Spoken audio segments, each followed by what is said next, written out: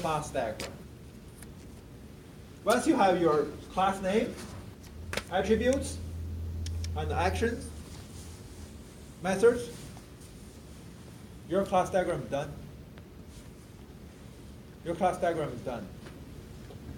This is a representation of your requirement, right? How you're going to implement your requirement in terms of modules.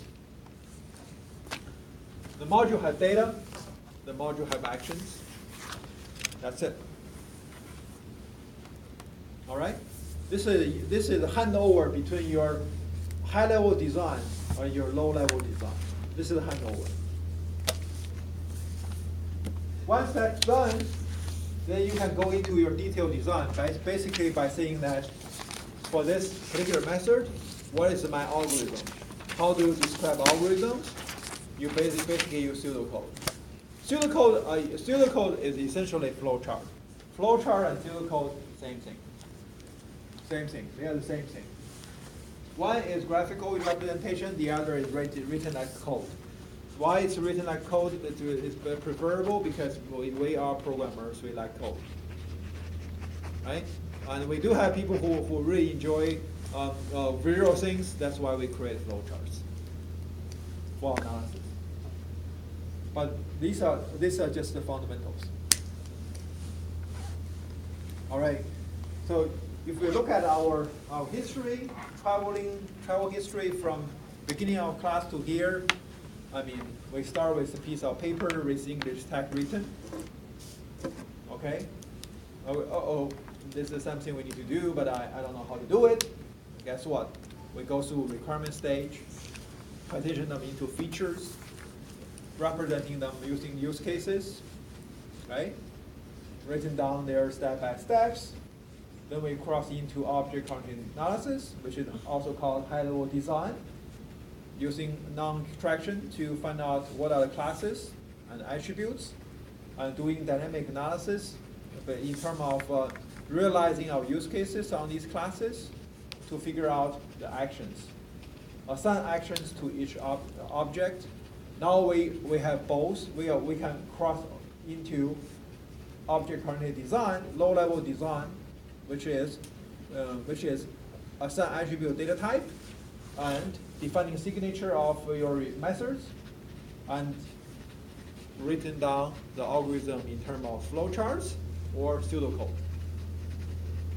All right. Once we finish this stage, your capability will be fully utilized now. I can just give you the definition of class, the definition of attributes. I mean the type of attributes, the signature of method, and also the flowchart. And guess what? You guys are the right level of workers, contributors who can take care of this problem. That's why when you graduate, this is your job to start with. That's what we are doing in our class quizzes, and you demonstrate you can do it. All right? So this is how your skill set right now, with this process, you adopt this process, then you can be part of a working software engineering team. On the side, we have other things going on. Basically, you need to use how to use tools. To do all these, you need to use tools. Number one, you need to be able to use a word processor to write down documents or you can share with others. You need to be able to write code. You already are doing in my quiz and in my class, in my project. You also need to be able to safeguard your code into a repository. And ideally, you are able to share code to each other by using the repository, which you probably have not doing yet, but you should be getting that pretty soon, right? Probably not in my class, but in other classes. Then, guess what? That's why after this class, you actually have all the ingredients you need to go work for a company downtown, work on some software. You're qualified, you're prepared for your internship.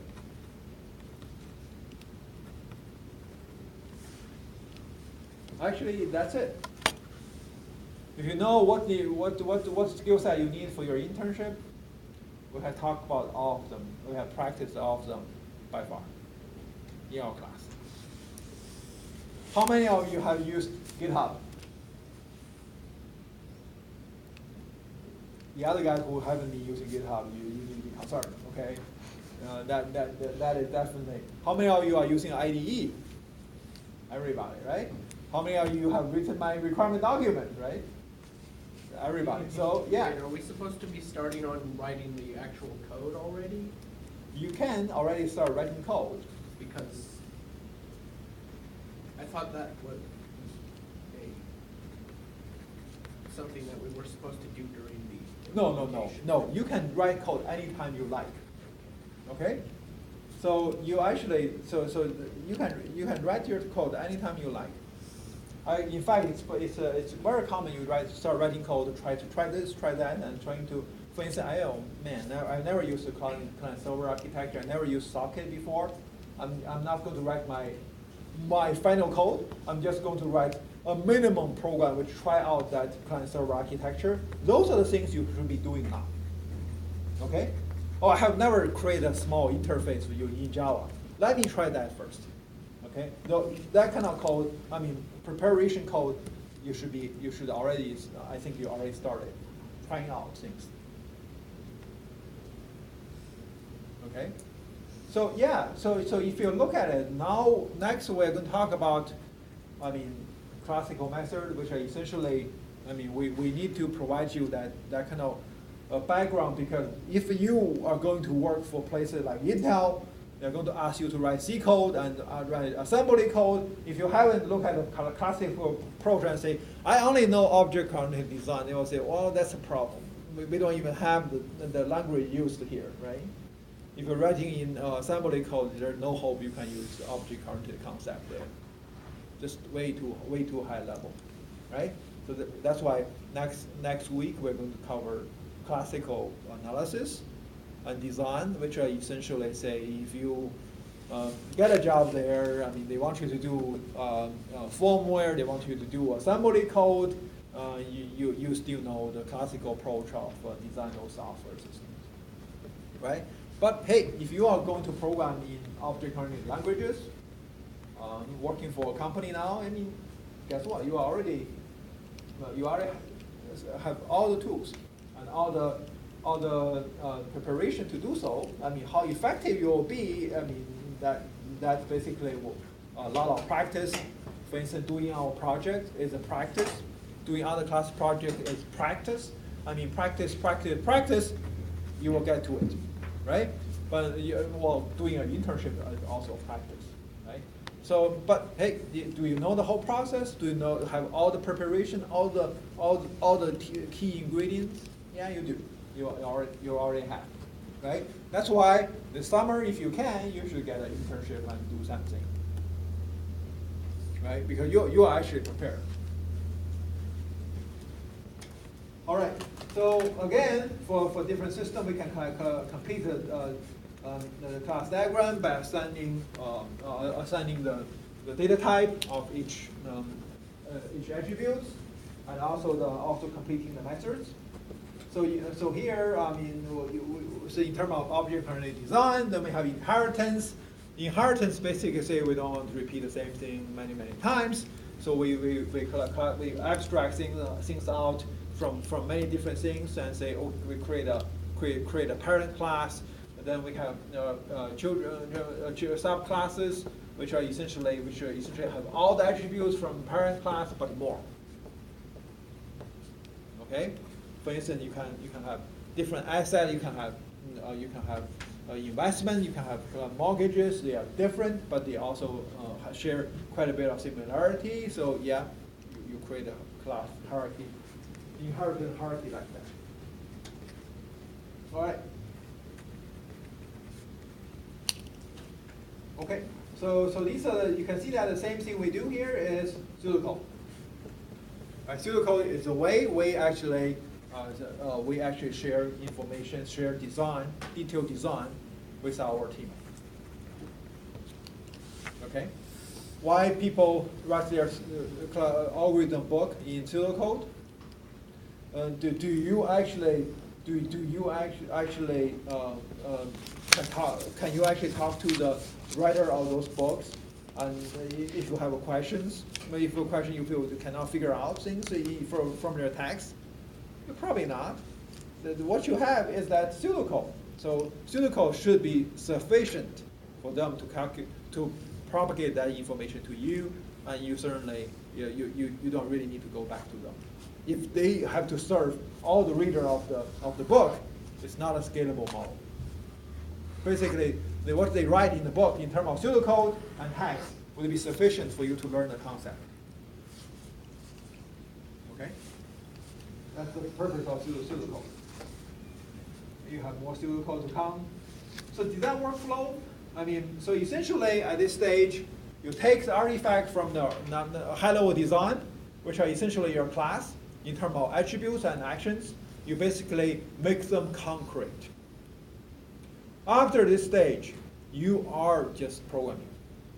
You are programming because you have all the information you need to carry out the coding phase. You have the attributes, data structure, you have the signature of each method, you have algorithm picked already, right? You just go write code, and debug it, and unit test it, right?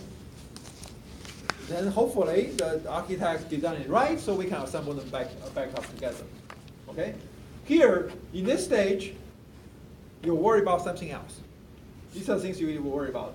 For instance, what implementation language you pick, right? So for our class project, kind of out of luck, I'm going to ask you to do it in Java, so yeah, so there's no choice here. But in many other cases, you can decide, would Python be sufficient, right? If Python is sufficient, I'm not going to write it in Java, right? Because I can be more productive writing Python. If I can do it in Java, I don't really want to do it in C. That's going to be a lot more work to do. However, if you're really in terms of high performance computing, using Python and Java may not be good enough. You may actually have to go back to C to milk the last bit of performance out of your code, right? So in that case, you actually have to go down to the middle level, lower middle level of the programming hierarchy to dig out your skill set in terms of C programming. Okay, but there you have a problem, right? If your design is in terms of object-oriented design, you have C programming language implementation. What do you do? Okay, you can always simulate all the object-oriented features with your C programming. It's just a lot of work. The first version of C++ is actually a preprocessor of C. Basically, you take C++ and compile it to C code, then compile again into executable. But later on, C++ got big, and many other features. This is inefficient, so they actually created direct compiler into code. Okay? But still, anything that need to be implemented in your Java can actually be implemented in C. It's just that the complexity of implementation is much bigger. And however, on the other side, on the other hand, your performance could be better. Okay, but you have more opportunity to get it wrong. Right. So reuse is important. So if you implement something once, you put it in library, and maybe in the future you can use it for some different thing, right? For instance, your nice client-server architecture you're going to implement in my project, that actually could be reused for anything else. Yeah, basically today, everything you do with your phone, with your laptop, is pretty much using a server somewhere. It is using client-server architecture, right? Portability also important. If you implement it in Java, you sort of have portability. In Python, pretty much you do. But in Java, you mostly do. If you are not using any device-specific features. However, if you're using C, the portability could be an issue. For instance, porting from Windows to Linux could be a big deal, right? Porting this to a Mac could be a big deal as well. as you go lower into implementation language hierarchy. The lower you go, the code you write can be more efficient, but the complexity of writing those code will also increase. The higher you go, the lower efficiency and performance of your code will be, but it's relatively easier to write code. Okay, that's a difference between high-level language and low-level language. So the idea of decomposing a large workflow into independent small workflows is so that you can actually give this to somebody else to work on, or you yourself, right?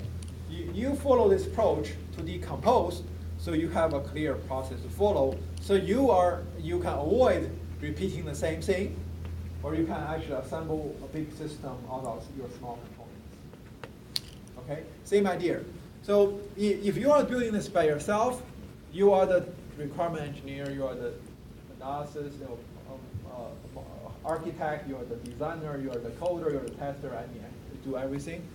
However, once you have teammate, then you have to decide how to assign job work, right? If you don't do that, then your teammate will be just sitting there, standing there, flipping their phones and doing nothing, right? Then you have to pay them.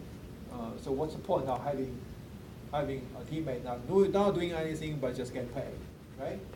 Then you have to, then you want to get them busy, then you have to come up with the right work product for them to work on. That is essentially what you need to do in terms of decomposition of your product into small systems, subsystems, into objects, into classes, assign them to work on. All right. So architecture of system of software product include the components, how they fit together, and also allocation of the component to subsystems. This is you actually fit our project quite well, right?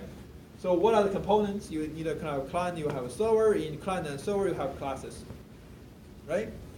Themselves. How they fit together? They communicate through sockets, right?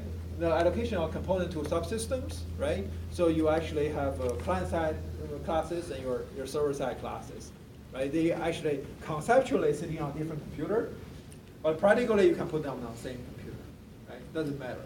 You can actually virtually treat your computer as two separate computers. You have a client on one, server on the other one, right? Conceptually.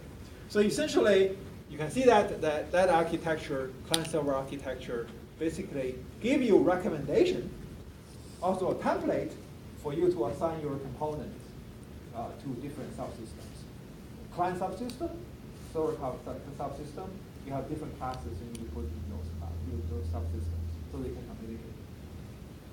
Right? So essentially this concept actually is practiced in our project. Questions? You have two subsystems. One is your client subsystem. The other is your server subsystem. They talk to each other by sockets. Sockets is actually a fairly clean way to communicate because you have only sent messages around. You have no code entanglement. So it's a very nice way. So that's why today, for most client-server architecture, this is the approach. This is the approach. Still, this has been around for 40 years, but it's still the approach. Why? Because nobody can come up with anything better, right? So it's a very clean approach. You have program, send a message to the other one, the other get a message, do some processing, send the message back, right? This is how we communicate. I mean, so it's really hard for human being to go beyond who we are and come up with something totally different, right? So that's the case, how they fit together. Then you have your classes, functionalities of each subsystem assigned to them. Okay? On this level, you're doing your design, low-level design. You're actually picking technologies, picking implementation models, picking algorithms, and you're basically nail things down. Once you nail all these things down, guess what? You can write code. really was in the implementation chapter. And actually, we don't really need to talk too much about implementation because you guys have been doing that in your 100 or 200 level classes. All right, and always, I mean, architects need to make some trade-offs. I mean, so every software has to satisfy the functional requirement. They also need to satisfy non-functional requirements. For instance, reliability, robustness, maintainability, and security. For instance, reliability certainly an important thing, right? I mean, certainly Boeing 737 MAX can fly. In terms of functionality, it does the right thing, right? That the Boeing's CEO say the software designed as we design. No, actually, the software performed as we design. Okay, number one checked. Box one checked. Functionality-wise, it's great. However, reliability-wise, no, right? So clearly, something wrong. Then for your system, which actually encode all your user password, username and password in plain text, so is the first one actually checked in terms of functional requirement? Yes, I can encode everything in plain text. That's fine, right? However, well, in terms of security, you got none, right? I can read your messages. I can intercept your socket communication. I can see what's your username and password. Certainly for your little program, hacking your little program was really of no value to anybody. So I don't think anybody would do that for you to you because you basically waste our time, right? But for anything more important, it's going to be a problem. Another issue is maintainability. Maintainability really means, okay, guess what? The project you're doing today in this class are probably going to be used next term in another class. Then the way you code and